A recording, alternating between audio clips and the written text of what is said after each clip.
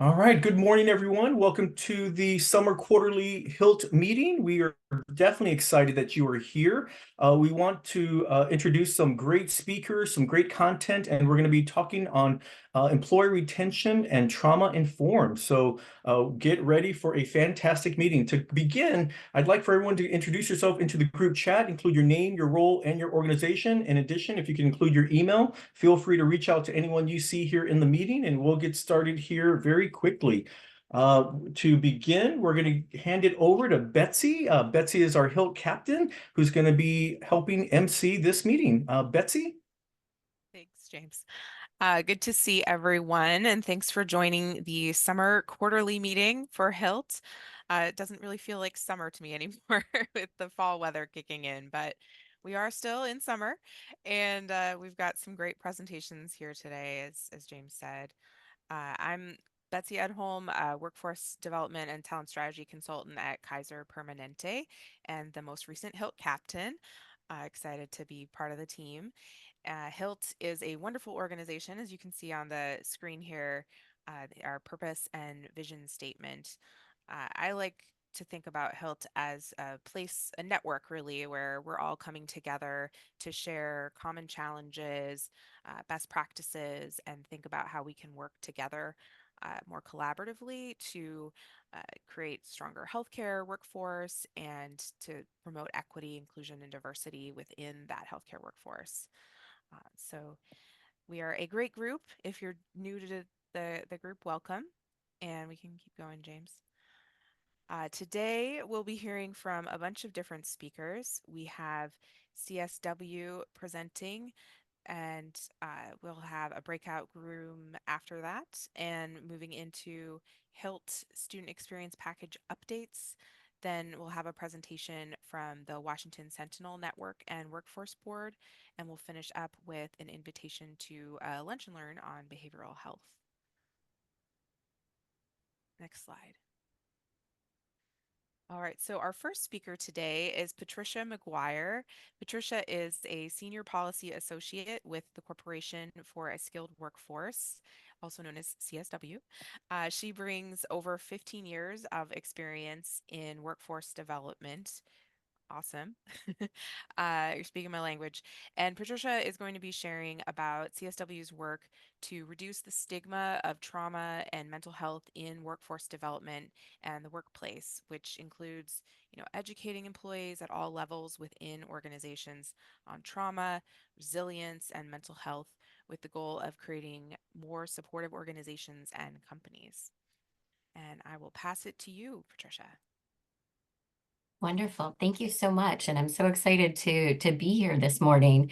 And actually I'm on the East Coast, so it's noon for me. So I've been going for a few hours. So don't mind me if I'm a little overcharged, because I saw someone is recovering from sniffles.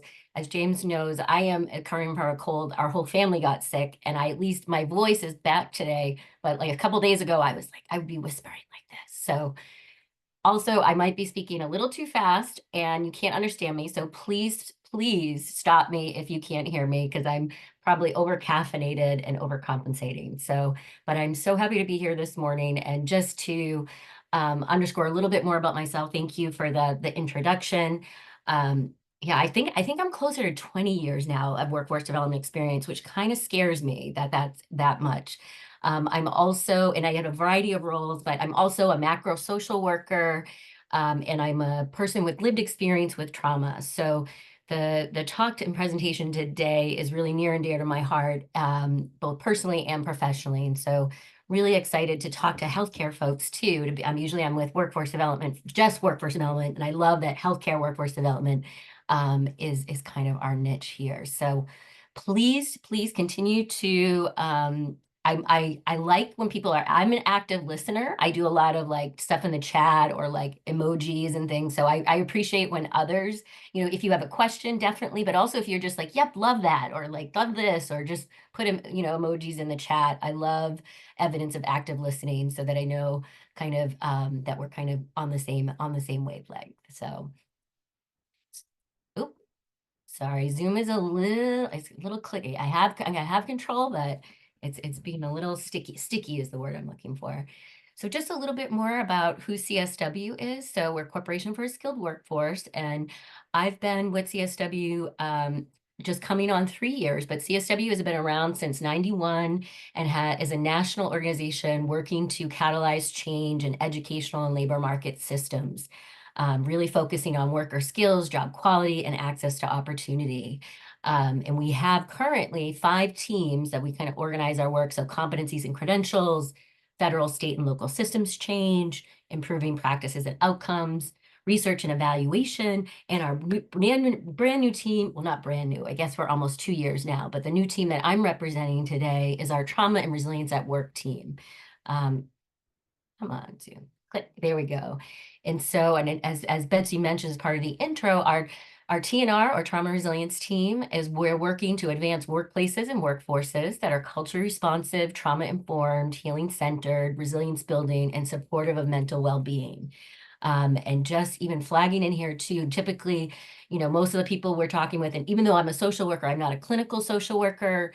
Some of you may be clinicians, mental health clinicians, but some of you probably aren't. Usually the audience that we're working with are non-clinicians, and our kind of pitch is that we still have a lot of work to do to have our workplaces be kind of resilience building and inclusive. And that combined with mental health clinicians is really what we need. So even as non-clinicians, we have a role and a part we can play. And especially today, I know you're talking about job retention, and I know like staff turnover and, job quality, staff satisfaction, those types of things is really tied into what we're going to talk about today too. And so when I talk about some trauma-informed and resilience building strategies, I also talk about them as, staff retention strategies, because it really helps to create a place where people feel seen, heard, valued, and that they want to stay. So, want to definitely tie that in, because I know that's overall the theme for today is thinking about staff retention. So part of what we do on the TNR team is and what it means to be trauma-informed resilience building at the core is like creating space in our workplaces and for our humanness, right? To bring ourselves in. So what we always like to do in meetings is start and end with some like activity or fun thing. So I would invite you to join me for this little exercise and share what you are grateful for in this moment in the chat. It can be anything serious, not serious. Like I said, I am super grateful for emojis and GIFs because they just make me happy. I'm super, and please, oh, we have one. My ability to impact others positively. Love it. So yeah, just think about it. Just think of the positive things, and just as a way to let's start on a good kind of strengths-based positive approach. My team, the school year, my kids, yes. And yes, I should say my 4-year-old son Lucas, I do love, I'm holding on to all the cuddles that he loves to give me now, because I'm just afraid of how, I forget how, I don't know if anyone has kids and tells me like when is that age where they stop cuddling and wanting to do kisses. And when I pick him up from preschool, he runs, he's like, Mom, and I'm afraid of that time when it's like, you're embarrassing me, stay away, Mom. So I'm very grateful that I'm still in that stage. Oh, dogs, furry children. I have a furry son, Panda, who's kind of a grumpy old man, but he's super cute and I love him. So love it. Let's see. Oh, office snacks on a morning when my pregnancy tragically fell. Of course, cream cheese side down on the pavement. Because if it didn't fall cream cheese side down, I would say that's still fair play. So fair. I like that you added in those. Let's see what else. Keep them coming, because it's also just good to have the positivity flowing as we keep going. So keep it going. Work that has heart and meaning. Yes. Bowling league with friends. Yes, a big one. I have to remind myself to connect more with people, because I'm a work from home now person, and I miss those connections with folks. I need to make sure I schedule it in. Solid friend. Oh, keep it coming. I'm distracting myself with all of your answers, but keep it coming, and I will get us going. So what we're going to go through in our session today, and what are our objectives, is that we're going to, hopefully by the end of this, you'll walk away and have a clear definition of what we mean by trauma, and then be able to describe how trauma might show up in the workplace. So we're going to get into that and be like, what behaviors might be trauma responses. And then third, I'm going to share a framework for cultivating a trauma-informed workplace. So there's that kind of strategies and implementation. And you probably all know, I'll give you a teaser. It's SAMHSA, the Substance and Mental Health Administration. I always meant SAMHSA, someone get it. I always get the acronym wrong. I was testing myself, but we follow closely their trauma-informed resources, and we use their 6 key principles of a trauma-informed approach that we'll talk about that are great to apply as strategies to be more trauma-informed, inclusive, and also, like as I was saying, think of it as staff retention strategies. Okay. Come on. And so yes. So what we also do too at our team too, and I want to make sure to flag this because, it's not a long discussion, but we're going to be talking about trauma and toxic stress. And I just want to make sure we flag that you listen to your body and that you prep for self-care, prep now, it might bring things up and we just want to be mindful of that. So definitely listen to your body and what it's trying to tell you and take care of yourself. For me, I always have my water, I have a stress ball. I have like tons of cough drops nearby. I always have my little Mr. Potato Head thing that's just makes me laugh because it's a potato and you dress it and then it can store its pieces in its trunk. So it literally has junk in its trunk. So that my mom gave that to me years ago and it's been on every desk of every job I've had. And my mom's gone now. So that's a reminder of my mom on my desk and making me happy. And she loves that I love Mr. Potato. She loved that I love Mr. Potato Head. So do what you need to do, but just want to kind of put that out there. If you need to step away or you need to do your thing, just make sure you do it, please. So let's dig in to talk about, why are we talking about trauma in the workplace, kind of. So let's dig into some definitions. And I would love for a volunteer to read this definition of trauma for me because my voice is starting to go in and out already. Any volunteers to come off mute and read the SAMHSA definition for me? I can, Patricia. Awesome. Thank you so much. So the definition of trauma: an event, series of events, or set of circumstances that is experienced by an individual as physically or emotionally harmful or life-threatening, and that has lasting effects on the individual's functioning and mental, physical, social, emotional, or spiritual well-being. Awesome. Thank you, Allie, for that. And just curious, is this, show of hands are in chat. Is this a definition you've seen before? Is this familiar? Just curious if this is, raise hands. Yep, I see some hands that it's hitting. Okay, awesome.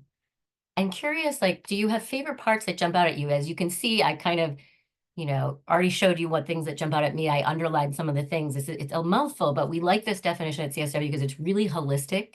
We like that it's talking about, the experience by an individual, but and it's a event or series of events. So for me and my learning too, what around trauma is, trauma is more pervasive than I thought. Initially would describe trauma as more connected to PTSD or, physical violence, you're a survivor, but realizing the broad causes of trauma, thinking of even, myself and my, we think of adverse childhood experiences and what you've gone through and how that impacts you. I'm a cancer survivor, going through loss, all these different things, growing up in poverty, racism as trauma. So we like that it's expansive and really encompasses kind of those individual, but also series and set of circumstances, even COVID, like community trauma, we start talking about. And this trauma has a very big impact on your functioning and mental, physical, social, emotional, and spiritual well-being. So and we're going to talk more about that later too, about, actually, we're talking about it right now. I forgot we're doing that right next, is that trauma really has a big impact on our bodies. And a big thing that we like to go through is really underscore, and you all are healthcare professionals, so more know the brain science and I can explain it, and I'm not a neuroscientist, but it helps, and it's kind of a nice foundation to talk about. Usually we see some of these like anger, anxiety, all these different symptoms, right? And we think of it as bad behavior or negative or something that the individual is responsible for, right? And what we like to stress is these are normal, automatic bodily responses, and what is bad or negative or abnormal is more what caused it, that trauma and toxic stress. So like I said, adverse childhood experiences, chronic work stress. I know you guys are in healthcare, stress, work stress, you're dealing with it day in, day out. So that's what's abnormal. And what happens is those abnormal experiences kind of do something to your brain, right? And especially when we think of a healthy brain versus a trauma brain, you know, a healthy brain is really high activity in the, I forget what the front brain is called, but like that executive functioning, reason, ration. When you're in trauma brain mode, you're in crisis, emergency, and you're doing like in the moment, and you're not really thinking, you know, as rationally or you know, having the time to really think about things. So you know, and actually what happens is, you know, you start to work in emergency mode all the time, and that is where you start to get, and when we hear those, the fight, flight, freeze, or submit responses, and you see some of this. So that's kind of the flow. We just want to kind of reframe things to say, it's not the experience, like on the right side, that's what's normal. It's your body doing what it's supposed to do. It's recognizing this. What's abnormal is the trauma and toxic stress. But we need to understand that to figure out then what can we do about it? And just to dig in a little bit more, because we'll be talking about this a little bit later too. And just as a teaser, when we do some small breakout group discussions, we're going to be checking in about like, how are you seeing trauma and toxic stress in your workplace? Like some of these behaviors, like if you yourself or colleagues or customers, patients, clients, have you seen like angry outbursts? Or, oh, for me, that a big one that came up for me with dealing with the grief of losing my mom is brain fog. Like I legitimately, seriously had issues, like talking about when James said, like, I can't multitask anymore. Like my brain is like, it just overwhelms it. Brain fog is a real thing, and being able to understand where it was coming from, and not that it was just like, okay, Trisha, snap out of this, right? Like it has really been able to help me in trying to manage that and overcome it. We have flight and submit, you know, and submit is also called sometimes other things. Fawn, I forget what the other ones are, but you get the idea. Is like, and also different people may do this differently. And I've actually seen, I don't always respond in one way. You know, sometimes I do get angry. Sometimes I, you know, do want to give like whatever and submit, or flight. I want to ignore avoidance of things. So it's not prescriptive. Everyone is different. And even, you know, as an individual, you may, you know, exhibit these symptoms differently. But what we're trying to see is when you see some of these behaviors, you know, almost giving us all some grace and acknowledging that we're all going through a lot, and trying to, you know, bring some understanding into the workplace, instead of just more punitive approaches, right? So we'll talk about that a little bit more, like what I mean by, you know, what we're expecting to do, but just to drive home the point. And I love visuals, right? And as if you couldn't tell. So when this is the same thing as the last slide, but in a different way, you know, your brain, when in trauma mode, when it gets triggered, right? Your body is starting, it's like you're getting chased by a bear. Like something, work stress could trigger you. I don't know, like traffic, like all kinds of things. And what's happening is your body, your brain is like, oh, it's an emergency. You know, it's the amygdala in the fire alarm system is alerting and saying, oh, we need to protect you. We're in danger. We're in danger, danger, danger. Right. And so when that happens consistently, you know, that is totally wearing down people. Right. And that has a lot of impacts. That's where you start to get the fight, flight, freeze, or submit. That's where, as you all know, too, like a lot of physical responses too. Like actually, I feel like all of these could explain are things that I have gone through, and realize that the root of all this, when I try to treat things, goes back to my trauma and anxiety. And so it's a really physical thing. You know, we talk about it trauma goes in or shows up in your behavioral responses, and it's also very physical as well. So this is, you know, real. And I don't keep saying this, but it makes it more legitimizing, I think, too, and shows that it's not just a quick thing. Like we need to, this is brain science. This is happening. There's serious impacts that we need to think about. And did I see, I'm sorry, I'm checking in the chat. Did someone have their hand raised? I saw a hand, or so just making sure. Okay, let me know, stop me. Excuse me. Okay, so have I bummed you out yet? We talked about trauma. We talked about what it does. You know, well, can we talk about some positive things, and what do we do with all this? And a big thing we wanted at CSW that we talk about too is making sure that when we talk about trauma and resilience, we talk about it in a framework that's not just on looking at individuals, that we're looking at multiple levels, right? So we're talking about individuals and individual mental health, and you have to prep for self-care. we also need to think about it at different levels and systems, systematically, and think about our teams, looking at our work like how are our teams function? Do we do collective care? Do we normalize, talking about what's going on? And do we do that? Our organizational culture, like where you work, like, is it supportive of this conversation? And we're going to talk a little bit more about that, how we start to apply it. And at CSW too, just, thinking of the word resilience, we defined, trauma, and the definition of resilience is, the ability, the capacities, the relationships to manage adversity and overcome. And we purposely kind of always talk about trauma and resilience, but do want to acknowledge that resilience has some downsides too, some negative connotations where in some areas it's applied as, like just toughen up, snap back. And we really don't want, we're trying to reclaim the term resilience and thinking of those levels and not just putting the onus on the individual that like pull yourself up by your bootstraps. You've got this, individualism type of thing. Yes, that's a part of it, but there's different layers. So we created our CSW Resilience Rainbow, and we need to work on resilience at the individual, that personal level, that organizational, and that community level. And the kind of pot of gold at the middle that we're trying to get to is safety, so that everyone feels emotionally, physically, psychologically safe in the workplace. They feel valued, seen, and heard. And to get there, we need to kind of do all of these things. So personal, you have to do things like self-care and calming your brain, meditation, dancing. I like sometimes to do smash rooms, like you smash things, to get out some anger, so there's all different types of things. And then we also need to do this at the organizational level. We have accountability here, like, like I said, collective problem solving, working together, normalizing, talking about what's going on, and also talking about, especially if you're a leader, or starting to normalize, like, oh, I'm really stressed out. I need to go take a 5-minute walk, or this is what I did for self-care over the weekend. Like, kind of creating that culture.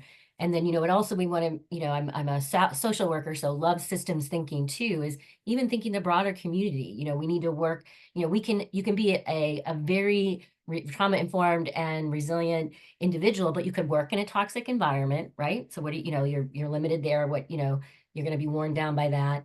And you also may be living in a community that's going through a lot, and that's traumatic too. So, we also want to factor into the picture, thinking of building community resilience. So living wages, equity, affordable healthcare, housing, all of those things. So really connecting that all in a complete holistic picture. And so here are what I mentioned before from SAMHSA, the 6 key principles of a trauma-informed approach. And so just kind of looking through this, and I know some of you are, so feel free to jump in if you have favorite ones too in the chat. You had mentioned you're familiar with SAMHSA. So if you see these, I'll go through them just a little bit. And you have these slides as resources, and we provide all the links, I think, so that if you want to follow up and kind of learn more. But at the core always is that safety piece, is thinking about all the different kinds of safety, and psychological, emotional, physical, and also realizing that safety means different things to different people. So it's not a one size fits all type of approach. Number 2 is what really resonates with me is trustworthiness and transparency. So I realized that for me, I've gone through some traumatic organizational things where I've felt disconnected from an organization because they weren't transparent. I didn't trust them. So for me, they didn't communicate. I always use the word, walk their talk. They said one thing and did another. And that made, I just didn't trust. And then I realized this was not a good place for me. So, those are kind of, interwoven, but just giving some examples and thinking of, okay, how would we apply these in a work setting? Number 3 is peer support. So, trauma tends to disconnect. So to counter that, it's helpful to create practices and cultures where we're reconnecting, where we're supporting each other, where we do things like at the start of a meeting, a quick gratitude exercise where we're sharing positivity and kind of supporting each other. Excuse me. Number 4, similarly to peer support, but keep it going, collaboration and mutuality. So really thinking about, even if you're an introvert or extrovert, we're all social beings, and so need that connection. And we need to kind of know that we're all in this together. So in an organizational setting, it's asking questions like, are we working as a team? Do I feel like I'm up against this all by myself, or do I feel like I have a team with me? Like what's the feeling and what's the reality? Number 5 is one of my faves. I love empowerment, voice, and choice, that strengths-based, like, that regaining control, because trauma is kind of a loss of control, right? So really giving people choices, giving them the voice, and like asking for feedback and then really taking it in. Organizationally, I've been in organizations that kept asking our feedback and then just disregarded it and did what they want. So that's not good. Yes, you're giving us voice, but for what? It's not going anywhere. All into kind of empower folks to really feel like they're a valued member and to, take back control and be, participants. And wrapping up the principles and CSW, I have to admit, we adapted this one a little bit from SAMHSA, because I think we call it cultural humility and responsiveness. And I think they have the word like issues in it, or like cultural and gender issues, which I'm like, this is not strength-based. But to have a trauma-informed workplace, you need to, be culturally responsive and inclusive. So make sure there's enough space, like, materials are provided in multiple languages. There's space to talk about this. There's humility. We all don't know everything. We're all learning, but just being respectful and responsive. So these are, I don't know, curious too. Any of those resonate with folks? I just want to pause before we move on here. You want to come off of mute and say what struck you, or if you want to chat it in. Let me make sure you're still with us. What's your favorite ones? I mentioned throughout some of my favorites. At least a couple folks. Let me see what jumps out at people. Don't be shy. Number 5, yes, trustworthy. Yes, me too. So similar. And actually, I'm totally that one of those people too, depending on the day. Yes, Maslow's hierarchy of needs, exactly. I usually say that, so I'm glad you mentioned that. Any day, like I think I would say every single one of these is my favorite, right? Well, this one's my favorite. Oh, this one's my favorite. But they all are interwoven, right? So it's not like they're mutually independent. They're mutually reinforcing and overlapping. And and they can be applied in many different settings, which is what's cool about them. And we'll talk about that a little bit. Awesome. Thank you for jumping in, making sure we're connecting. And so just to talk about, so as I mentioned, we at CSW, the way we approach it is we look at these principles and start to look at them as strategies, and starting to apply them in your workforce. And there's a couple different types of strategies when you're thinking of organizations. They're technical strategies and implementation. So like thinking about your like having clear written policies, documented processes and procedures. On the cultural side, we talked about that a little bit, like what is the culture? What's the environment? Kind of that social, like, is it a positive environment? Do staff feel like empowered? Do they feel like their voice is heard? That type of thing. So it's good to look at it at kind of both of those frames, and those also reinforce each other. And I'm not going to go through these, you're going to get these, but just to give you a little bit of examples of each of the principles and some examples of of what we need. And we said this too, a big one on safety is, asking, do staff feel safe to talk with their managers about difficult personal situations that may affect their work? Like, is there space to talk about our lives? Like we have stuff going on at home, go figure, right? Sometimes we end up bringing that to work. The trust and transparency, the one that jumps out to me is, wait a minute. Oh, sorry. I just confused myself on my own notes. Apologies. But I like the idea of sharing things, information. It's not just about sharing things, and being clear, that's important, but also sharing it in multiple formats. Some people like, and it's repetition, sending an email, having a meeting, or reinforcing in one-on-ones or things like that. So that flexibility in multiple ways. Peer support, I like this authentic town hall meetings and in self-care check-ins at meetings. My director, we started doing it at ours to kind of walk our own talk. Is the first thing we do in our team meeting is at the first few minutes is check in with each other on our self-care items. And we also hold each other accountable. Like, I check with I'm like, okay, are you still doing your yoga? She's like, are you getting your massages? Do you get out your walks? Do you need a smash room session? Really kind of sharing that responsibility and normalizing that type of conversation. And like I said, the example for collaboration and mutuality, it can be as simple as a gratitude icebreaker that we did, kind of just, bringing in that positivity and sharing, getting on the same page. Empowerment, voice, and choice. Again, flexibility here, like also allowing greater flexibility in how, when, and where work gets done. Like giving those choices, working from home, working from, different, the go or anything, or taking breaks throughout work. A big thing that I'm realizing is I need to spread my work day out a little more, and I need to take breaks throughout, so I need to refresh and to be able to charge. Otherwise, I'm not as productive and I burn out. Um, and then the sixth one, cultural humility and responsiveness.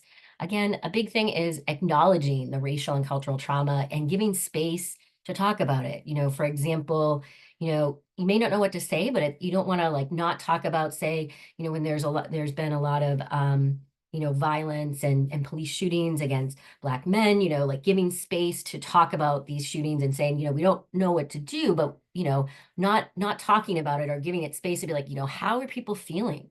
Feels really superficial if you just like, okay, business as usual, right? So just giving that space to say, wow, this is going on, and how are we all processing that? So those are some examples. And again, I'm going to tee you up when we're going to do the small group discussions, but to give you a little bit more transparency is that we're going to have you think about like, what are you seeing in terms of trauma and toxic stress in your workplace? Now that we've kind of gone through this, and thinking that those behavioral responses, the physical responses, and secondly, to be able to kind of really take these trauma-informed principles and apply them, what kind of coaching or training would be helpful to you and your team or organization? So we'll be doing that later. Just wanted to give you that so it's starting to percolate in there. And just, you're going to get these slides too. Just wanted to share a little bit about like, the type of work that CSW is doing is we're really trying to do it at multiple levels. And so, for example, we're working with the Detroit at Work system, and we're going on year 4 and doing a comprehensive training, ambassador coaching program. We also are starting to work at the state level and working with the Michigan NEAR Collaborative and really working at the state systems. And so, kind of doing a regional level as well as more that statewide level. Similarly, like, and so we're currently working in the Michigan NEAR Collaborative. We have a project in Somerville, Massachusetts, and we're also trying to develop one and work at the high level, that mass hire system as well too, so that we're kind of doing both these levels and helping to really help folks on the ground create that ecosystem that's really resilient kind of across the levels and reinforce. And we've done some work in California too. We've done some regional. So we've done some work with San Francisco Office of Economic and Workforce Development, where we worked with they're called OED, like so the city staff, as well as their frontline workers, so their workforce providers. So and having the conversation at those different levels. East Bay Works too. We did similar. We did a couple of trainings and follow-ups with them. So just to give you a little sense of like, what we try to do and thinking of, what might be would something like that be helpful for you, or what would you need to get your work to kind of operationalize these principles?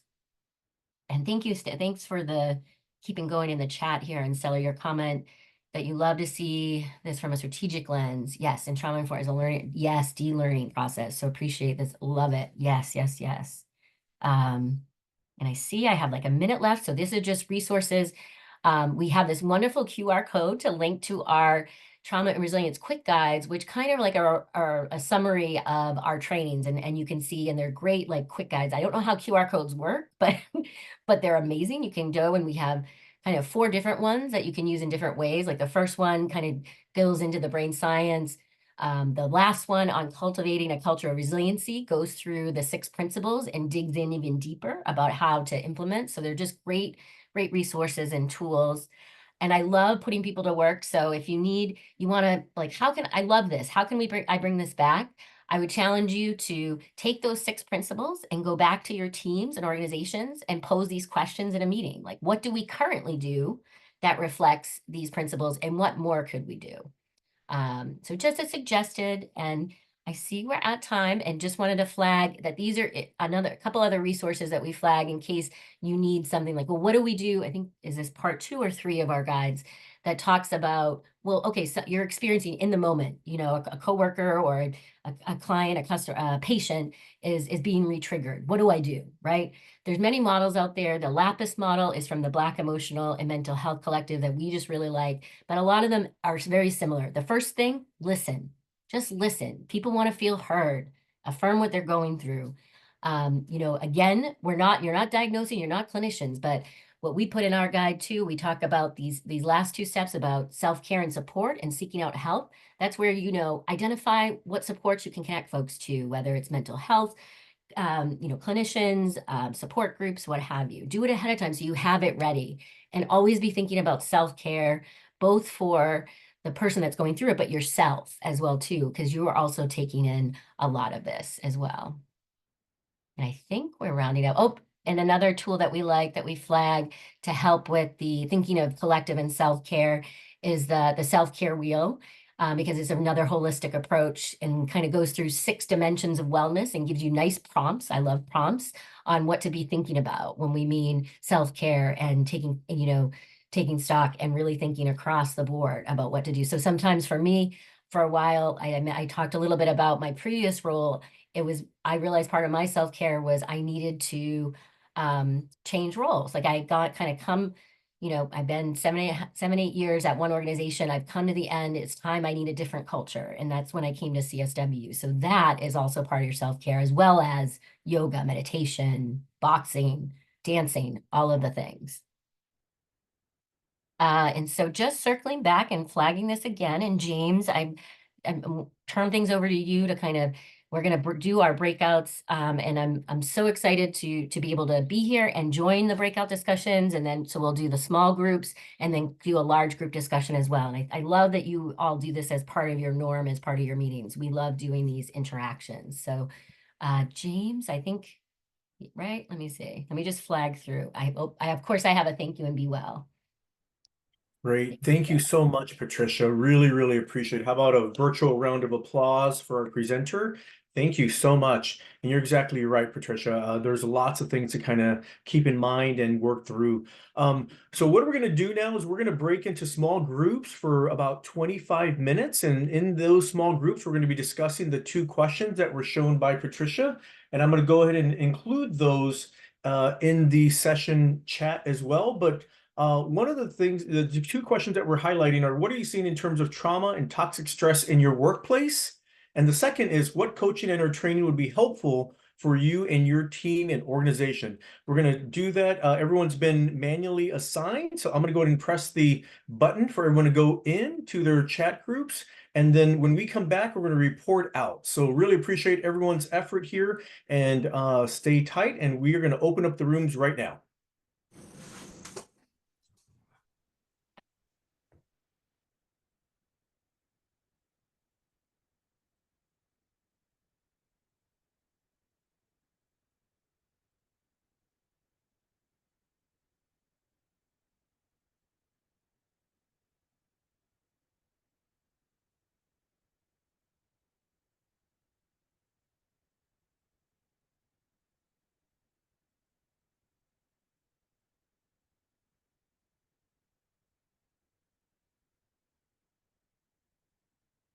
Hey, Kimberly, how are you?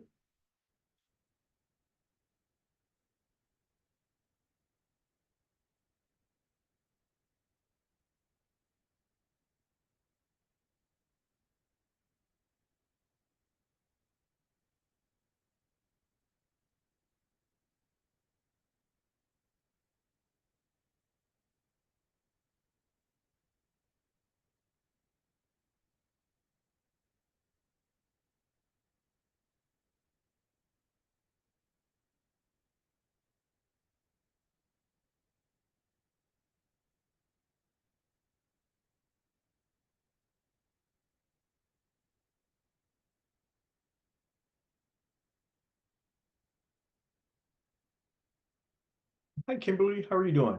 Can you hear me okay?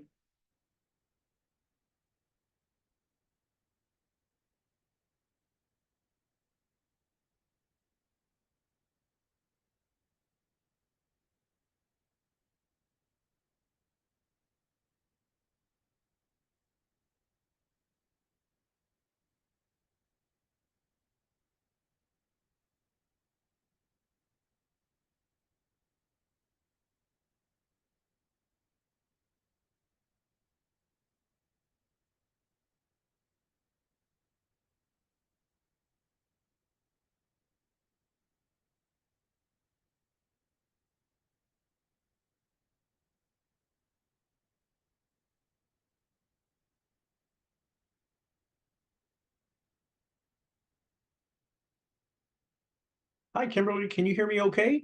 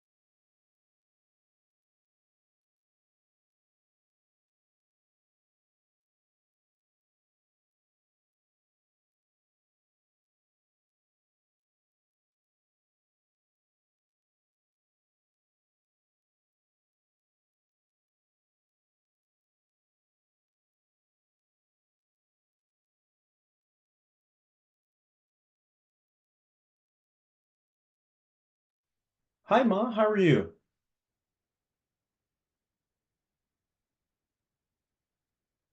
Hi, Ma. Hello. Hi. We just went into a small group, so I'm going to put you into a group right now. So you're going to join a conversation. We're in small group. We're talking about trauma, and the two questions are: what are you seeing in terms of trauma and toxic stress in your workplace? And then what coaching and or training would be helpful to your team and your organization? So I'm going to go Okay. ahead and put you in Betsy's group. Thank you. Thank you.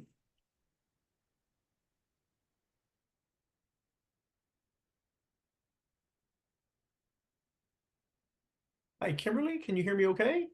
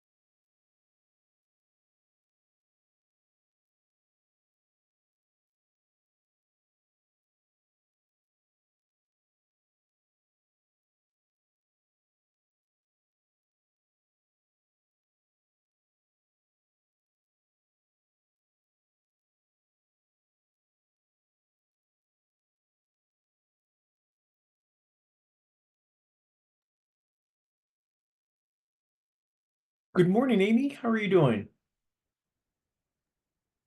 Oh, hello there. I'm doing great. I'm so sorry to be late to the meeting. Oh, that's okay. We're just glad you joined. Thank you for joining. So just so you know where we're at, we're obviously we had the presentation on trauma and being trauma informed as an employee or employer.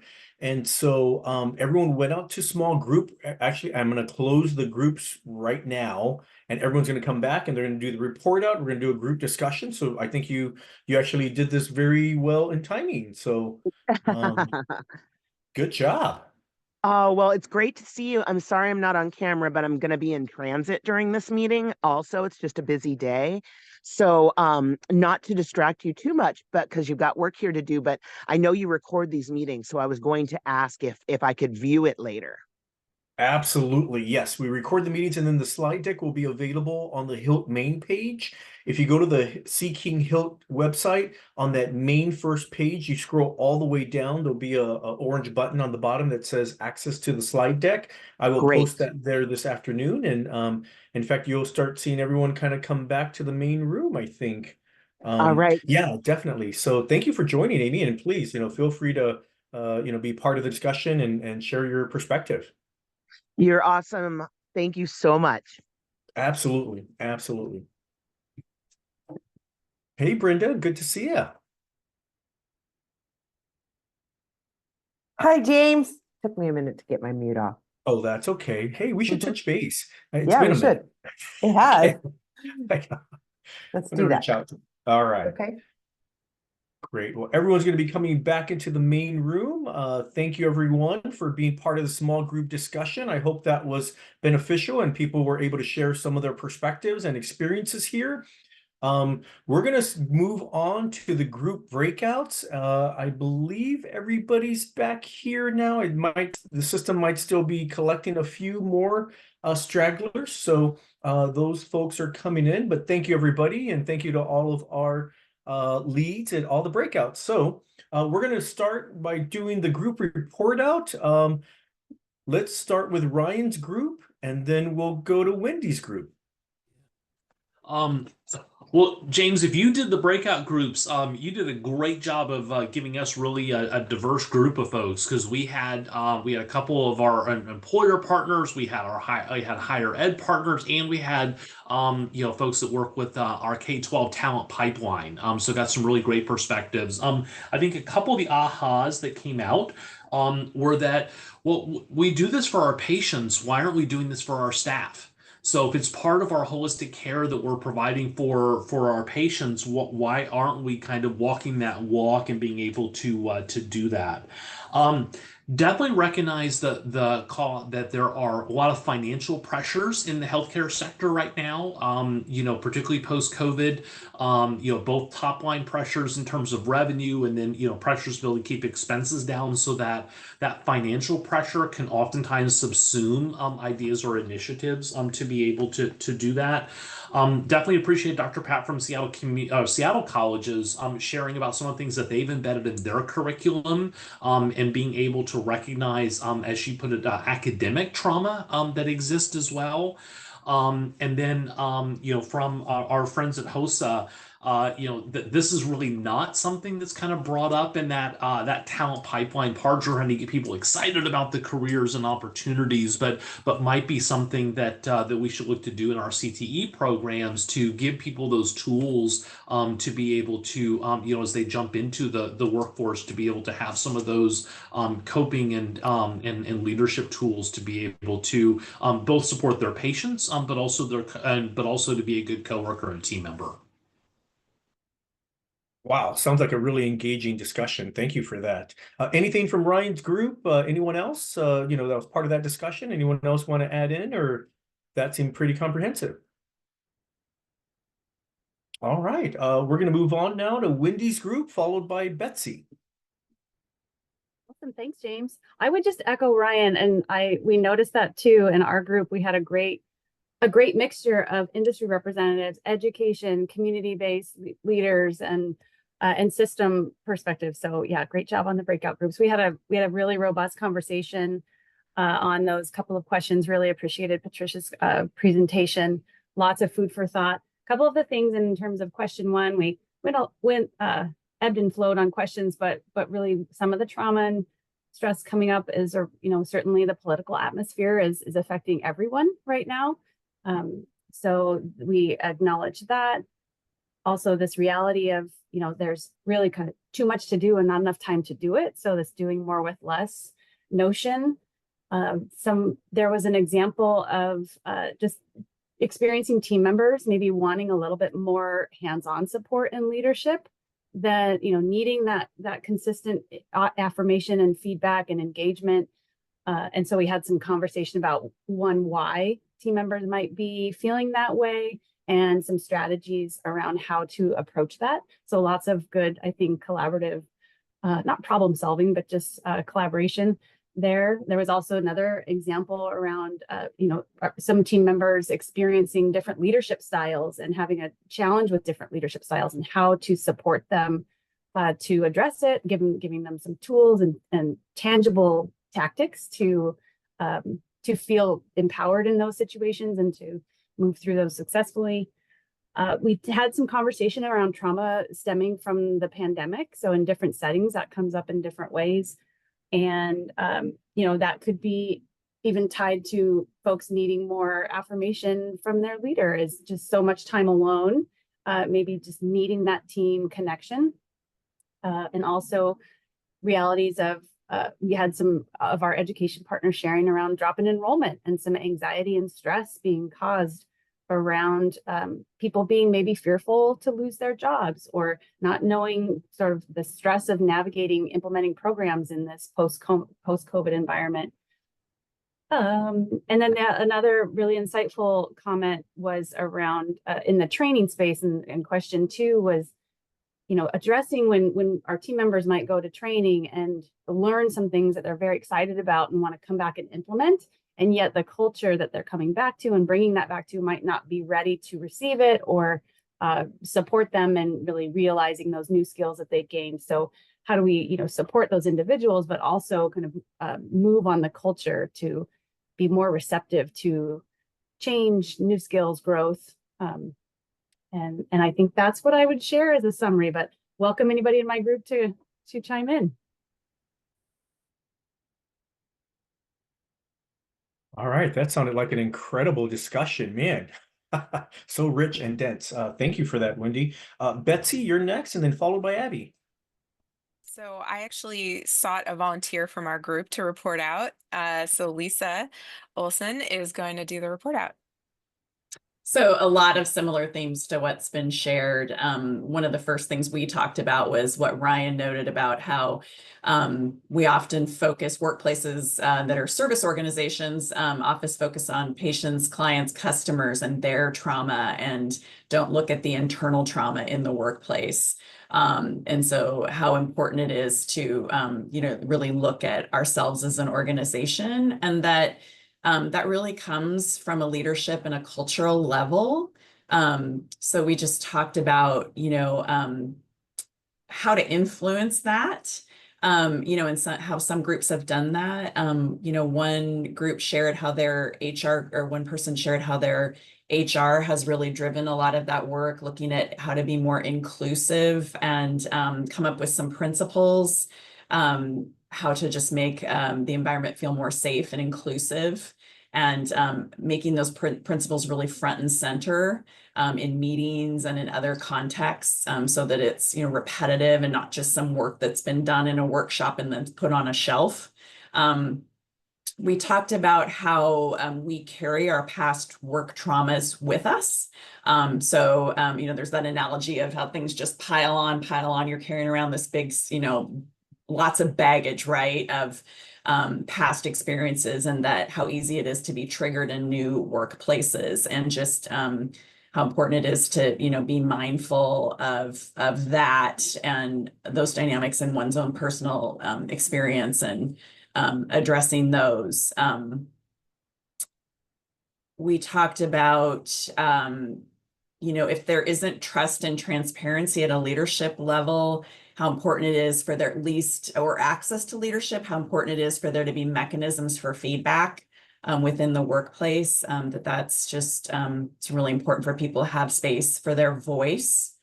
You know, we talked about just how, you know, at any level within an organization, people are experiencing their own trauma, their own and they're also experiencing secondary and vicarious trauma, you know, and just that's just something that needs to be talked about more.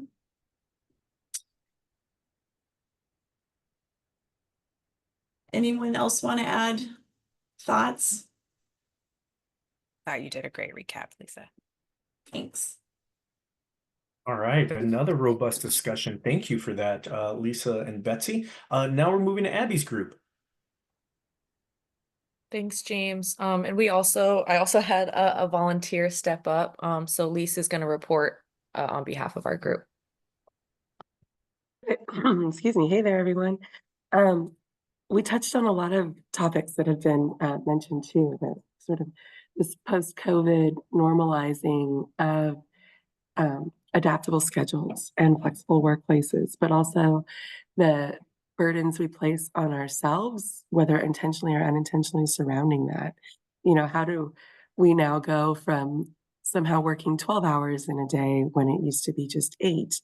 And with that opportunity and ease of being able to check your email, how do you set or model those boundaries for yourself to be able to demonstrate that you are doing, you know, your role to a professional extent, but make that time for yourself. And the challenges that can come up when we see or don't see that modeled at a leadership level. So someone in our group mentioned, you know, replying to People Pulse surveys and saying, you know, I really don't see senior leadership managing that because they are always on the hook to be putting out fires. So when I don't see that modeled there, it has this rippling effect, and I want that for them too. On the flip side, we had someone else mention how much like the intentionality and drive to know people on their team helps make that self-care apparent, or that self-care ethos apparent throughout the organization. In recounting an example of their manager checking in on them in a period of grief and not doing, you know, a standard response of sending flowers, but really asking, are flowers something you want right now? You know, or is that something that is meaningful in that it shows recognition, but not who you are? So using this as an opportunity to have self-care be reflective, you know, at multiple levels, and not placing the burden on the singular solo person of, you know, you're not doing self-care, then you are self-failing. In other ways, we talked about sort of this trauma that's piling up on people in the workspace due to rapid turnaround and this post-COVID high stress response of doing more with less, or working to continually invest in new staff, but not having that translate to the outcomes that we'd like to improve that staff tension and morale. And two, we touched on, you know, poverty as a driver of so many of these self-care options feeling limited, or stemming to and relating to other health conditions that we see both in patients and in our coworker populations. That was my wrap up, but please feel free to add, team. Thank you, Lisa. That was really informative. I really, you know, one of the things you were talking about is just kind of the employees and that quick turnaround, and you're right, of that kind of compounding effect for everyone. So, wow. Fantastic report out. I mean, man, just so rich with information. I just want to applaud every single group that was out there discussing these things. Just opening up a little bit for comments, for any reflections, anything else from people as they kind of listened around, you know, the horn with different groups and kind of the report out. There is some overlap, but there is a lot of uniqueness in each one. I'm going to kind of open it up for that. Any comments or additional input?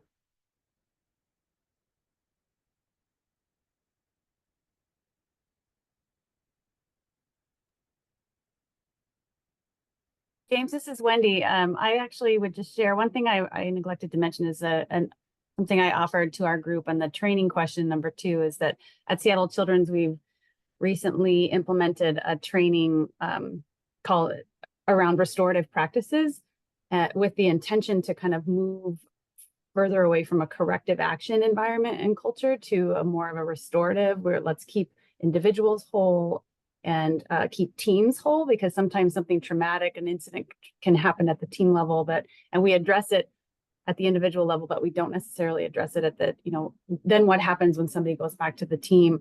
Let's keep teams whole. So that's a training that we're rolling out, and leaders are going through this year. Wow, that's really relevant, man. That's incredible. Thank you, Wendy, for that. That sounds really important. Elizabeth, we see your hand up. Yeah, thanks for the opportunity, James. I had a conversation with my group, and one of the big things that came up was, and this is kind of a result of the pandemic, is, we do a lot of meetings virtually. And so there seems to be this thing that you can have virtual meetings booked back to back to back to back to back to back, because you don't have to go anywhere, right? So you can just go from virtual meeting to virtual meeting. And we do everything by email. And, if you're not checking your email every 5 minutes, then somehow you're not doing what you're supposed to be doing and supporting and stuff like that. So I implemented a kind of an unwritten rule in my department that says, if we have a meeting, I need every one of my staff to put a 15-minute break on their calendar after that meeting, so that no one else can book time on their calendar. And they could do that 15 minutes before a meeting as well. And they don't always do it, and they sort of say, well, sometimes I forget, but it seems to have taken a lot of stress off. But I also get a lot of questions from other managers of, what are these little 15-minute slots? And I said, they're bio breaks.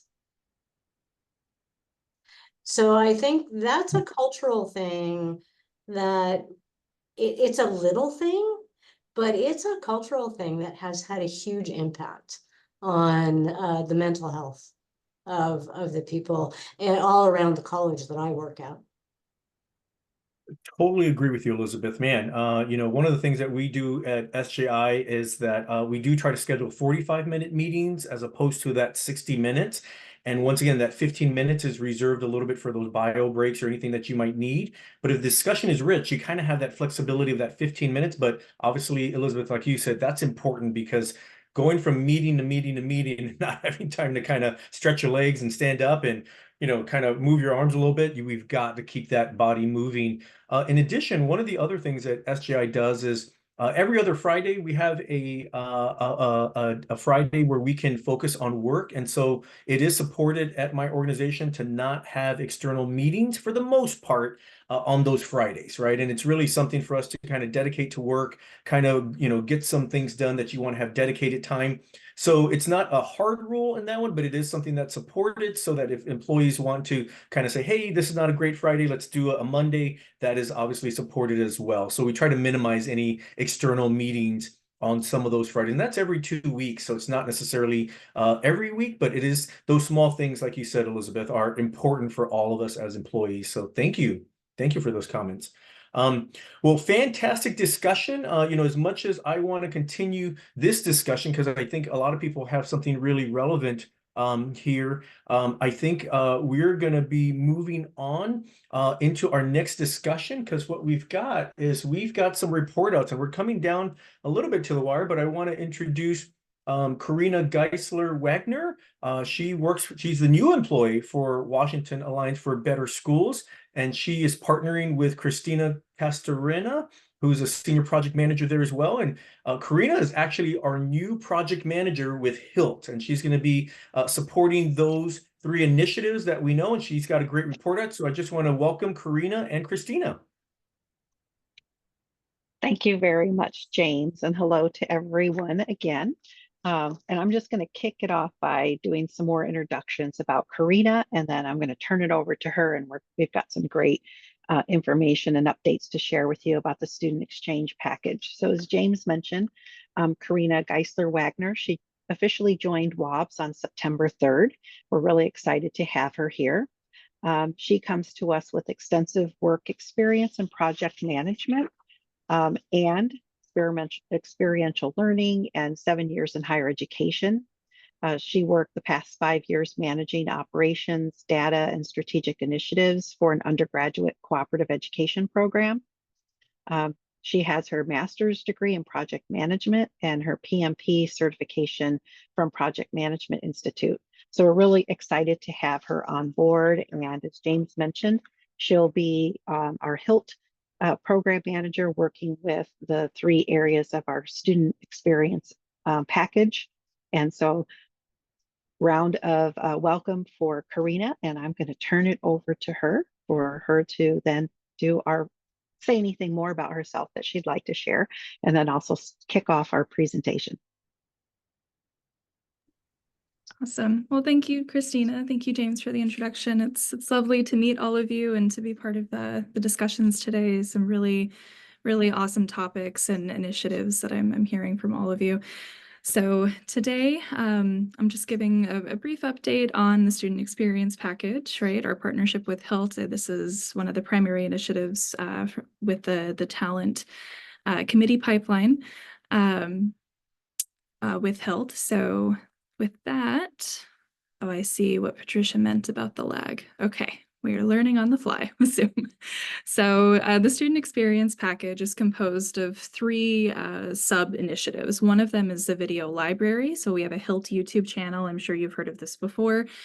We've got a whole host of videos featuring healthcare professionals kind of sharing a bit about their career path, how they got their educational background. And those are kind of on demand, accessible to educators and students as a resource in the healthcare space. We've also got the Speakers Bureau. So this is a very cool system that actually matches healthcare professionals willing to speak about their career, their experience, about the healthcare industry. And it matches them with middle and high school teachers who might be looking to bring in a speaker for a specific area. And then our third sub-initiative, of course, is the career event that I'm sure you are all very familiar with, the Sound Careers in Healthcare. So 2025 planning has started for that event, which is very exciting. I'm just going to do a very quick overview of those 3 sub-initiatives, kind of talk about where we are. So immediately to the right, you're seeing a table. So this is a list of all of the videos we have currently in the on-demand video library by healthcare field. So just some quick at-a-glance statistics for you on where this video library is at. We've got 109 total videos across these 15 different healthcare fields that you can see on the right. Total video length is averaging about 36 minutes, but there's a lot of variety. So some of those are short, the 2 to 3 minute interviews with someone in the profession. Sometimes they're longer deep dives about the career journey that someone has taken. We've got almost 50 subscribers to this YouTube channel, so we'll look to increase that a little bit and totaling over 5,000 views across all of those 109 videos. So the reach is good. I think we're growing certainly over 1,000 since January of this year. I think that's a really good growth rate for an on-demand video library. So our focus for this upcoming year, just to kind of move it into future forward, I actually want to create playlists by healthcare field. So that will allow us to just create a link on the WAB's website, on HILT's website. If you're looking for video content for nursing, it'll be a direct link to all 18 of those videos.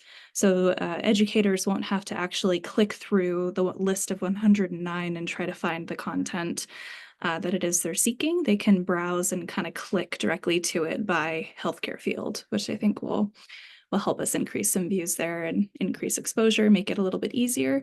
The second thing that we're looking to do this year is collect feedback from our partner schools on how they're currently using this resource and hopefully engage them in a conversation about how they might be able to use it moving forward.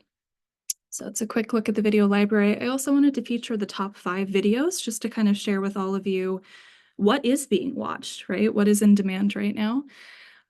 So the top one is actually the short video from the Sound Careers in Healthcare 2023. So that's a video that's been featured on the WAB's website, and it has the highest number of views on the YouTube page. It's also one of the fastest growing videos in terms of views. The Behavioral Health Workforce Development Initiative, talking about the Balmer Grant, is the second highest view. That one's growing a little less. I think the Balmer Grant has been around a lot for a little bit of time.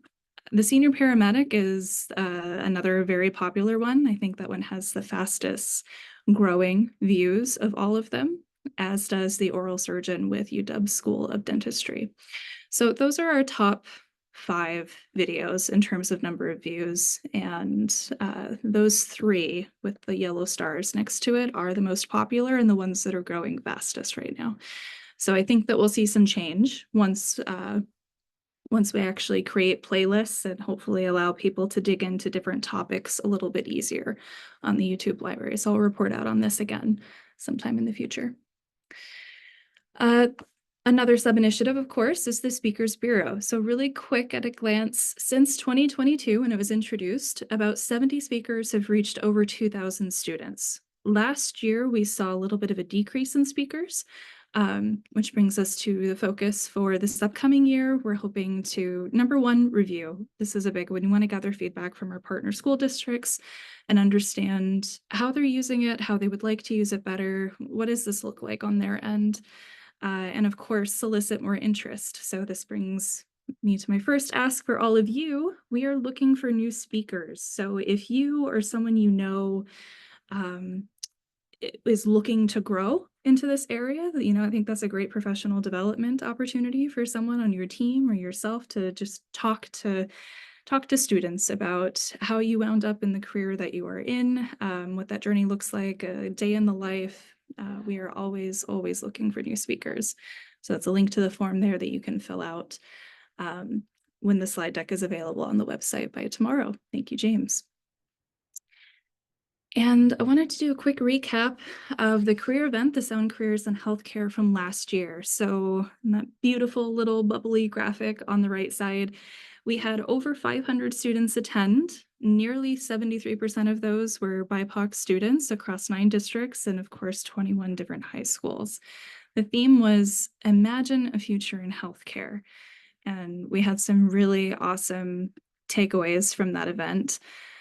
97% of students, after attending Sound Careers in Healthcare last year, said that they were more aware of healthcare career choices. That's nearly 100%, right? Which is awesome in terms of exposure for what's possible. Another 73% said that they were more likely to pursue a healthcare career after learning a little bit more about this industry. And 67% listed actionable next steps. There we go. A little bit of a sticky slide. I'll go back to that one. This one is really important because it's not only just the exposure, but over half of students who attended last year were able to say, yes, I'm interested, and yes, I know one thing that I can do next to help move me along on this pathway, and that we're really proud of that one. So I've got a short video here from last year. This is now on the YouTube page, and we'll be replacing it soon. Oh, it's not going to play. That's okay. You can watch it later, and we'll continue on. So, Sound Careers in Healthcare 2025. Again, I really like this at a glance language. We had some recommendations coming out of the planning committee from last year's career event. So I think all of you have already received these, but I just wanted to do a quick refresh. Almost 90% of last year's planning committee voted to sunset the virtual event. So we are not doing that this year. And 60% also voted to move the event to a larger venue to increase attendance. In addition to these 2 kind of big takeaways, they also provided 5 specific recommendations to improve overall event logistics and increase the number of activities and vendors that students are able to engage with. So we're looking to move in that direction as well. With a potential move to a large venue, of course, comes increased expenses.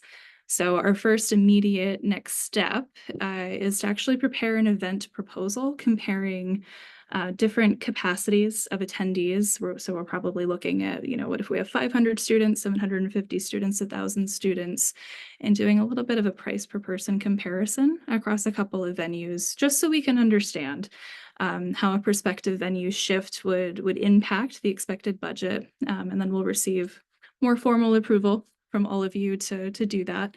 And we'll take a look at the proposed budget on the next slide, just so you all are aware what we're working with. And simultaneously, it is time to convene this year's planning committee. So if you are interested in supporting this event, there's a big QR code right there. Please complete the interest form accessed via this QR code on the right side of your screen. And just a very quick overview, what does the planning committee mean? We look to the committee to provide big picture guidance on the event planning efforts. So we meet twice monthly between October and March. You'll help us determine the event theme. What are we doing to guide students into their first healthcare exposure event? You'll help us assist with some fundraising. Certainly you'll help us with some volunteer recruitment. So very, very big picture. You'll see me a lot twice a month. So if you'd like to get to know me a little bit more, no, I'm kidding. Please fill out that interest form. And this is the promised proposed budget slide. So this is just a really brief line item, what it takes to put on this event.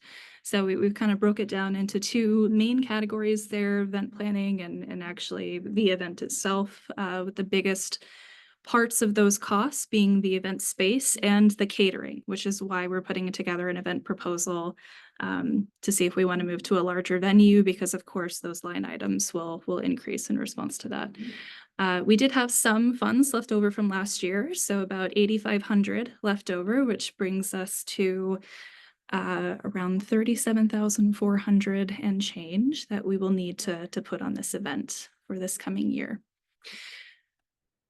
And that is my high-level report out. So we talked about the video library, the speakers bureau. I am looking for new speakers, so there's a link to that form. And we talked about sound careers in healthcare for 2025, and we are trying to convene the planning committee. We'd like to meet sometime in early October to kind of get that kicked off. So 2 forms to fill out. Both of them are linked there throughout the slide deck. And if you have any questions, my email is right there on the screen, and you're welcome to connect with me on LinkedIn too. Always happy to chat. Thank you so much, everyone. All right. Thank you, Karina and Christina. Really welcome, Karina. We're really glad and excited that you're part of the HILT community now. And we went ahead and put the link into that planning committee into the group chat, so you can also access it there. And in addition, this slide deck will be shared after the meeting as well. So thank you so much. Any questions for Karina or Christina at this time? All right. Well, hearing none, we're going to go ahead and move on. Thank you very much. We're moving on a little bit to another presentation by Benjamin Stubbs, who's the University of Washington School of Medicine, and Renee Fullerton for the Workforce Training and Education Coordinating Board. We're going to do a joint presentation with both of them. At this time, it's the Washington Sentinel Network and Workforce Board. Benjamin, take it away. Yeah, thanks, James, for having me, and thanks everyone for being here. I'll jump right in and see if the slide advances. There we go. So I'm here to talk today about the Health Workforce Sentinel Network, and Renee will jump in a little bit later to talk about some of the policymaking discussions that happen around that. So very brief introduction to the Sentinel Network. It's a partnership between the Washington Workforce Training and Education Coordinating Board and the University of Washington Center for Health Workforce Studies. And ongoing funding is provided by the Washington State Legislature. What is the Sentinel Network? It's a tool to allow employers to share their health workforce needs.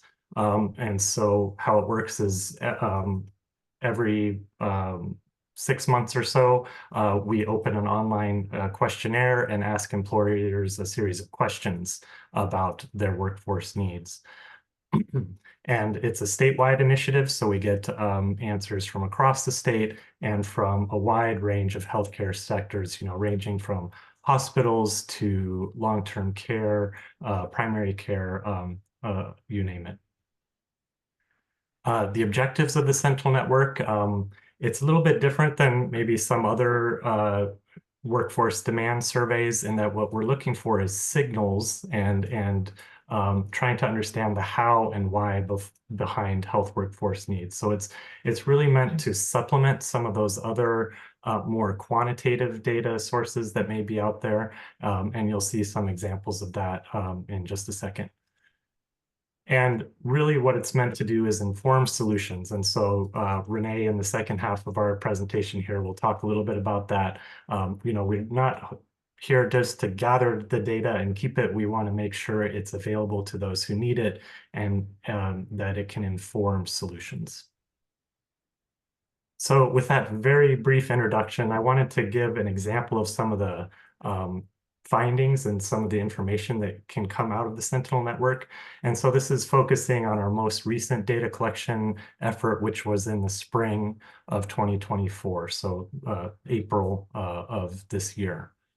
And I'll focus on responses, or actually, sorry, here's a table that shows the number of responses we got in the spring. And you can see that we got responses from a wide range of healthcare sectors, facility types, but I'm going to focus primarily today on the facility types that you see here, behavioral health clinics, small hospitals, so acute care hospitals with 25 beds or fewer, and then a little bit from primary and rural health clinics. You'll see down the bottom, unfortunately, we often have trouble getting information from larger hospital systems, and that's something we hope to work on. And then if you're curious, a breakdown of the behavioral health facilities here on the right, so you can see a wide range of facilities within the behavioral health clinics that responded. So let's focus a little bit on some of the questions we asked. We asked in the past 6 months, kind of a temperature-taking question. In the past 6 months, how has your organization's ability to staff your facilities changed? So overall, from all 176 responses, we see that the majority say it's stayed about the same. Some say it's slightly better, some say it's slightly worse, and then a small number saying much better or much worse. But if we break that down by the different facility types that responded, we can see some differences. From the 49 behavioral health facilities, that breakdown is very similar to the overall responses, which you might expect because they make up almost a third of the total responses. From primary care or rural health clinics, similar, mostly saying it stayed the same. A few, about 1 in 5 saying it's slightly better. Excuse me, but if we look at small hospitals, it's a little bit different. There's a little bit more indication that things are improving in that healthcare sector. So might kind of ask, okay, what's going on in small hospitals, or at least from these employers that responded to have them say that things are slightly better. So one of the advantages of the Sentinel Network is that we can get that type of information. And so I won't read these quotes, but they'll be there for you to review later. But we can see, for example, from this respondent who said things are slightly worse, they're still dealing with staff attrition to higher paying jobs in urban areas. But from other organizations that indicated things are slightly better, this one said we're able to provide cost of living increases and make rate adjustments to wages. This one said, we're still contracting staff, but the rates have become more reasonable recently. And then this comment saying, we've been able to develop some grow your own solutions, and that's helped with staff retention and other initiatives. Another thing that Sentinel Network allows is to track trends over time. We can see here the top occupations that small hospitals have had difficulty hiring since spring 2021. Registered nurses and nursing assistants, among others, are some of the top occupations. And again, the great thing about the Sentinel network is it gives some ideas of why that's happening. And so, for example, one respondent said, we're having trouble hiring registered nurses, and it has to do with lack of housing, public transportation, and daycare services. Another respondent talking about nursing assistants said, we're almost always seeking nursing assistants, but we've started to do some of our own in-house certification programs, and that's one solution that they've come up with. Another respondent talking about physician needs, due likely to their rural location. It's hard to attract people to that setting, but they're looking at nurse practitioner and physician assistant alternatives to physicians. And then finally, multiple respondents saying that they're still relying on staffing agencies to some extent. So one last set of findings I wanted to share from small hospitals. Another great thing about Sentinel Network is it can show some solutions that employers are trying. So we asked a question about retention strategies, and some of the answers we got were some employers were able to increase wages recently. Others have implemented a refer a friend program, and they think that's helped with some of their recruitment and retention activities. Another indicated that they've implemented crisis pay, and so rewarding people for taking extra shifts. And then finally, another indication of grow your own strategies seems to be a theme that was coming out in the most recent data collection round. So wanted to give you some examples of the type of information that is available in the Sentinel network, and hopefully these findings are familiar to you or similar to what you're experiencing in your own organization. Wanted to shift gears just a little bit in the time we have remaining and talk a little bit about some of the efforts within the Sentinel network to understand behavioral health organizations. So I'll turn it over to Renee to give a little bit of background, and then I'll come back in to show some more findings, and then back to Renee. So Renee, go ahead, please. We have 4 minutes, so we're going to make it quick. So as Ben mentioned, the Sentinel Network is a partnership between the Health Workforce Council and the University of Washington. For those not familiar, the Health Workforce Council is a policy advisory group, and we focus on health workforce data and developing policy recommendations to basically support the overall healthcare workforce here in the state.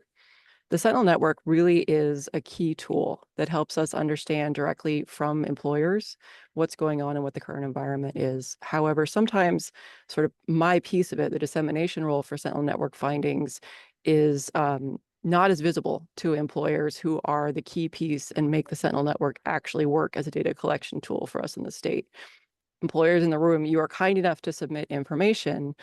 So we wanted to make sure and give an example about why we're asking and where does that information go. And we thought we'd highlight a particular example from this most recent data collection to do that. So I'm going to put a little bit of background information into the chat that hopefully works, and then Ben will walk us through here. Particularly within behavioral health, we've had the ability to add modules. Most recently, we've been asking specific questions to behavioral health employers to better understand specific issues that are tied to those licensure types or those facilities, rather than sort of things that are more broadly applicable to the whole workforce. And one area of concern here in Washington is unpacking what's going on with the licensure exams, specifically for social work, but then also seeking to grow our understanding about licensure exams generally. And this comes from findings that were released by the group that does the social worker exam about 2 years ago now, showing really dramatic disparities. And there's a link in there, and I took a little clip of the Washington disparities. And so this was our opportunity to try to gain a better understanding of what is the workforce impact of this, because we know with associate licensure types, these are working clinicians. And so employers will often have insight into what happens to an individual when they're not able to pass a licensure exam, and just how common is this as an experience overall. So on to you, Ben. Great, thanks. And so what we did in the Sentinel Network, based on that background information, is we asked a question in the spring about licensure exams for associate level social workers, marriage and family therapists, and mental health counselors. And we ask, have you had experiences within your organization where these associate level workers have not passed their licensure exam the first time they took it? And of the approximately 50 total employer responses we got, about 1 in 5 said, yes, we have had that experience in our organization where people have not passed the exam on their first attempt. About a third said no. About a little less than a third said, I don't know, I'm not in the position in my organization to answer that. And about 1 in 5 said not applicable. Either they don't hire or don't employ associate level workers, or potentially that could mean that they didn't have this happen too. But focusing on the yes answers, we asked, so which professions have been affected? And of the 9 yeses, 7 said mental health counselors, 5 said social workers, and 1 said marriage and family therapists. And again, we can get some more detailed information about these answers. So asking further, how has this impacted the worker and your organization? One respondent said, we've heard that our staff has struggled most with the mental health counselor exam and not as much with the social worker or marriage and family therapist, which agrees with the previous finding that most reported the mental health counselors as having difficulty. Another person said, well, we work with the person who didn't pass the exam, we help them with testing skills, etc., and we allow them to stay in their position and while they're waiting to retake the test. But another perspective was that some workers have ended up sort of giving up on the process and decided not to pursue licensure, full licensure. And in this case, this person mentions that in their organization, the people that happened to were from BIPOC communities, and they believe that is an indication of maybe some of the biases present in the exams. So that's a brief summary of some of the findings, and I'll turn it back to Renee to talk a little bit more about what do we do with that. And James gave us 1 more minute, so I'll make it quick. So the key thing, what we can do with it is that there was actually a policy window right now open in Washington State to raise questions and better understand this particular issue because of a bill that was passed in the 2023 legislative session, House Bill 1724, where the Department of Health was to work with the Workforce Board and the Examining Board of Psychologists to understand basically the entire series of requirements to become licensed within one of 5 professions. Those 3 master's level professions we just mentioned: substance use disorder professionals and psychologists. And so the first round of listening sessions last year, the Department of Health did, this social worker exam issue was very front and center. And so we were able to ask employers about their experiences with this and add additional context to the policy conversation that's underway. And now this year with Department of Health, they're bringing forward additional proposals to consider alternatives to the social work exam here in Washington State. And so that was unpacked in a listening session a couple weeks ago, back in August, and we may see policy action in the upcoming session, depending on how those conversations continue to evolve. And with that, 10:52, we are wrapping it up to keep you on schedule, James. Thank you, thank you, thank you. Great job, Renee and Benjamin. Really appreciate the updates. Fantastic work. Really important to this ecosystem. I mean, just as we continue, sharing information and updates, this is really fantastic. So thank you very much for that. Here's some contact information if you want to reach out, and also you can check the group chat to see if they included their email as well.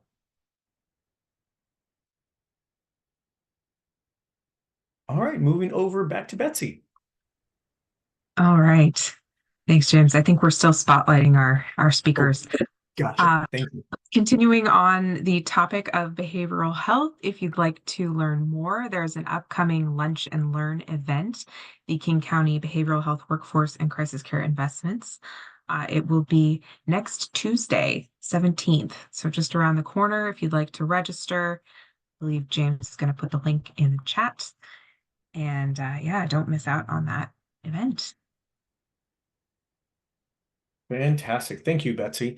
So really fantastic event, and we look forward to seeing you there. That is already next week, man. The 17th is coming fast. So just have a few announcements here to share with everybody.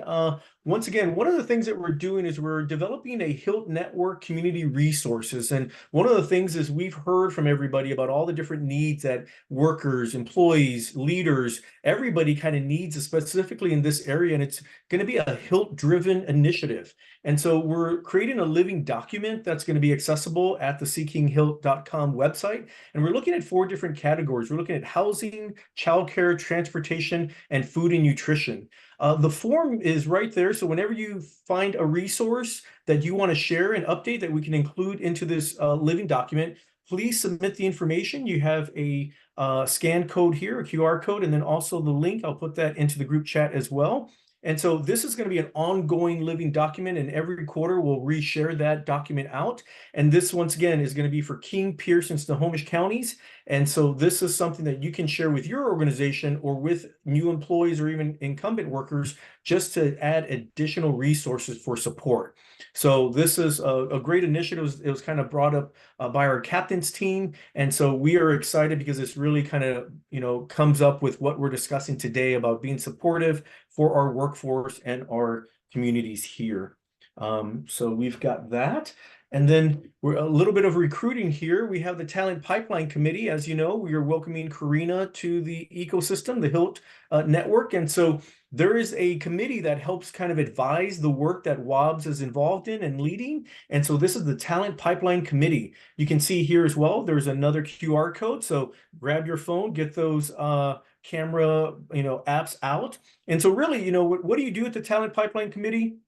We advise the ongoing developments of all those 3 initiatives. And so you can be part of that work to help expand the opportunities for students, for all of our communities. So not only in the K-12, but obviously that work that supports all the ongoing in training and with talent acquisition. So we really need you to be part of this. We do have some core members that have continued to be part of it. If you would like to be involved in this work, please don't hesitate to lean in as well. We meet virtually about once a quarter. And so in that meeting, they're typically from 3 to 4:30 p.m. And though that schedule will be coming out for next year real soon, the next meeting is going to be on October 17th. Once again, if you want to stay involved here with kind of sharing updates and information, please do join the Health Industry Leadership Table LinkedIn group. This is done on my personal LinkedIn page. What we do is we share updates, we provide information, everything to do with healthcare, behavioral health, and all different opportunities. One of the goals is for us not to be a bottleneck in this work, so you are invited to join and then add your information freely. Also, some upcoming meetings. We've got the support partner check-in. This is for all support partners for us to review the information that is shared here today and talk about strategies and how to lean in. That is going to happen on Thursday, 9/26. So that's coming up real soon, followed by that Talent Pipeline Committee that we were just talking about in support of Karina and Christina at WOBS. So we really need some advisory members to join that every year. And then, of course, we're getting ready already for the fall quarterly meeting. That's coming up. I mean, I know we're at the quarterly meeting now, but November comes really fast. So November 7th is that date. And once again, we're going to be focusing on recruitment in those there. Just want to pass it over to Betsy for final words. Thanks, James. And thank you for all of those updates. I hope to see everyone at the next meeting on November 7th. And hopefully we'll get together in person again soon. But these virtual ones are great. I want to just thank our presenters and all of you for showing up today and participating in the small group discussions. It sounds like people got a lot out of it. I was loving seeing all of the remarks in the chat about thanking us for this time and making this a topic of conversation. I think we all know there are a lot of challenges facing us with the healthcare workforce, and to be able to think about our own self-care, I think is important, and how we can create more supportive environments for others. So just really appreciate everyone being vulnerable and sharing today in the breakout rooms, and our presenters for sharing some great ideas and some great research that I think we can all act upon. So thank you again. And yep, James got the right, right screen up there. I think I will be closing us out, right, James? Or is there anything else you want to say? That's it. Thank you, everybody. All right. Well, thanks everyone, and enjoy the rest of your day. Thank you.